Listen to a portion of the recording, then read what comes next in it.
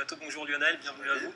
Alors d'abord, votre avis sur ce climat social en France, cette conférence sociale, est-ce que c'est le genre d'événement qui peut vraiment faire avancer les choses? Alors ça pourrait effectivement, si en fait il y avait un dialogue en termes institutionnels entre le gouvernement, le MEDEF et les organisations syndicales, mais on a vu, ils viennent de fermer la porte de cette conférence sociale et donc le dialogue est dit possible, voire impossible. Ouais, donc une preuve de plus que les réformes, c'est difficile à faire passer en On France. ne peut pas réformer aujourd'hui en France et c'est ce qui provoque notamment une perte de compétitivité. Ouais. Alors justement, d'après vous, où en est la France en matière de compétitivité, en productivité, innovation, présence aussi sur les grands marchés? Est-ce qu'il faut s'inquiéter aujourd'hui?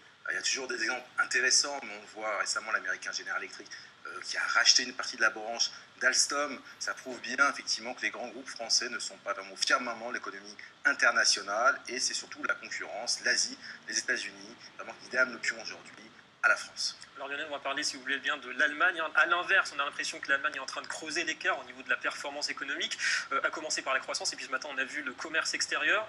Qu'en pensez-vous? Est-ce que c'est vraiment l'écart qui se creuse vraiment de plus en plus? Alors effectivement, l'Allemagne et la France font des choix stratégiques en termes de politique économique et budgétaire parce qu'ils ont différents, on va dire, problématiques. L'Allemagne, ils ont une problématique de financer les retraites. À l'horizon 2030, ils auront la tranche de classe de 60 ans plus représentera 80% de la tranche des actifs. C'est-à-dire qu'il faut financer ces retraites, notamment en augmentant les salaires, et étant donné qu'il y a beaucoup de grands groupes industriels, il y a énormément d'argent qui va pour la retraite, mais surtout les taux d'intérêt à long terme vont être extrêmement positifs, puisque en fait, ces actifs vont servir à financer après ces retraites. En contraire, en France, on vise des taux d'intérêt à long terme qui favorisent notamment les emprunteurs, puisque la France, il y a beaucoup plus de population en France, il y a une dynamique beaucoup plus important en France, que le taux de fécondité de 2 en France, il n'est que de 1,4 en Allemagne, et donc la France prône une politique de relance économique, notamment avec plus de déficit budgétaire, alors que l'Allemagne prône justement pas beaucoup de déficit budgétaire ou réduire ses budgétaires. Exactement. Toujours plus de rigueur. Et puis on l'a vu hier et aujourd'hui avec cette énième visite d'Angela Merkel en Chine.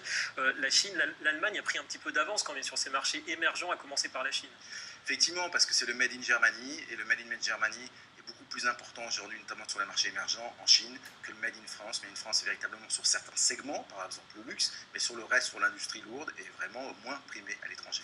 Et alors Lionel, l'euro dans tout ça, est-ce qu'on est d'accord, à part l'Allemagne, qu'il faut baisser sa valeur pour la compétitivité européenne? Vous êtes d'accord? Alors, en fait, il y a un dialogue, ou en tout cas une confrontation entre les objectifs entre l'Allemagne et la France. L'Allemagne, véritablement, si l'euro augmente, en fait, ses exportations à l'export restent les mêmes, ce sont les mêmes volumes, tandis que la France, c'est le contraire. Si l'euro augmente, les exportations françaises baissent, simplement parce que l'outil industriel allemand est positionné sur du très haut de gamme, on peut penser aux voitures, à l'industrie lourde, tandis que la France est positionnée sur du moyen de gamme, voire du bas de gamme.